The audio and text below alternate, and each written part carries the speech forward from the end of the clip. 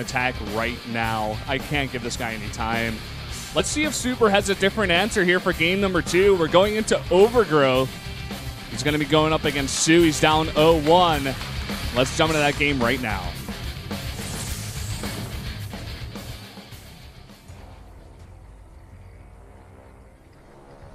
Up here in the top right, in the blue, the Protoss player. He's down 0-1. He is Super.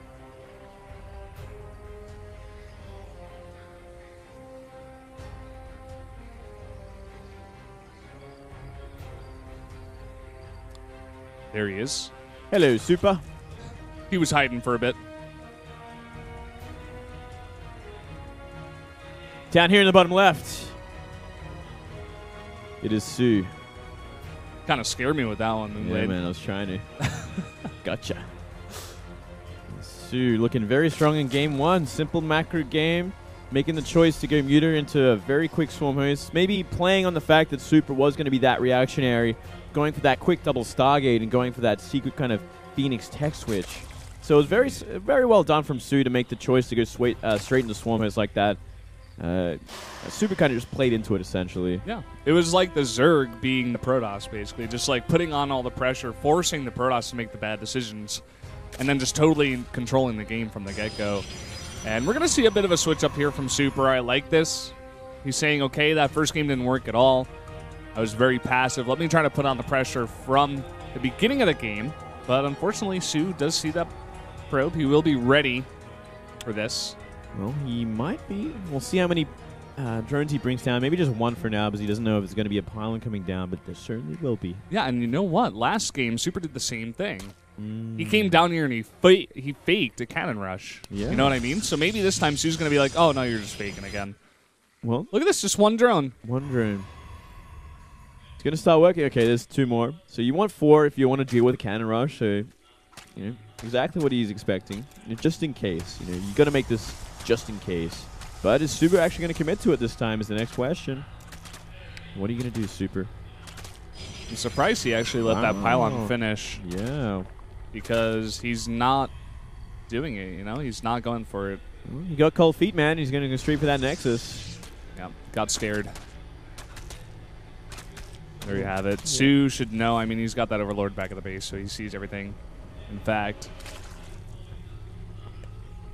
pool coming down. No gas. At least Super does get that scout this time, so he knows for sure. Yeah. He knows. I mean, that pylon also kind of scared soO to the point where he had to make that spawning pool instead of going for that 3rd hatchery. So, you know, that's also a nice little thing. You never really want to go 3 hatch before pool if you're facing a forge, because the cannon rush could happen now as well. Like, it's dangerous. Yeah. I want to just point out something that our observer just showed us. Super has 93 energy on his Nexus. Yeah. I think he's going to be going for some kind of 3-gate, 4-gate pressure here. Chrono boosting out the warp gate, I guess. Well, I think he might have just forgot. He's starting to use it now on the Nexus. Yeah. And that cybernetics core is still like just only begun, so he's going to have full energy for a while if he decided to waste it on that. I think he just made it forgot, or he just didn't want to use it just yet because he was trying to make catch up, you know, get that Nexus down, then the gateway and the cybercore pretty early. So he's like, you know what, I'll hold off on the chrono boost, so I don't have to make that many probes that quickly. Save a bit of that money. But he can still very well chrono boost the cybercore. He still has plenty of energy left. Yeah. Let's see what he does here. Yep. See exactly how many gates. There's the chrono boost. He should have about 3 to 4 chrono boosts for this bad boy, which will get him close to finished. And soO doesn't see this, right? The cybernetics core is out of the vision. Yeah, he doesn't see it. He'll see if the Overlord wants to commit at any point, but he will have to go over a cannon, or at least in cannon range, if he wants to see the cybercore as well.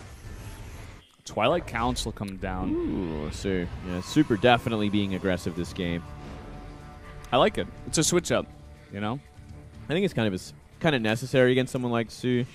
Like, he is just that macro kind of Zerg. He's just so damn good at it. So, I mean, it makes sense that you should be this aggressive. And maybe soO is like a little too confident now that he did win that simple macro game last game. He's like, you know what, I'm just going to do it again. I'm just going to drone to 60. You'll never see it coming. Drone to 84 base, and now just go muters. Not going to happen this time, though. We already see Pylon go down. Yeah. This Overlord, though, is the money Overlord. It is going to see just about everything. If it moves to the right slightly, it's going to run to that Twilight. It's going to run to those gateways.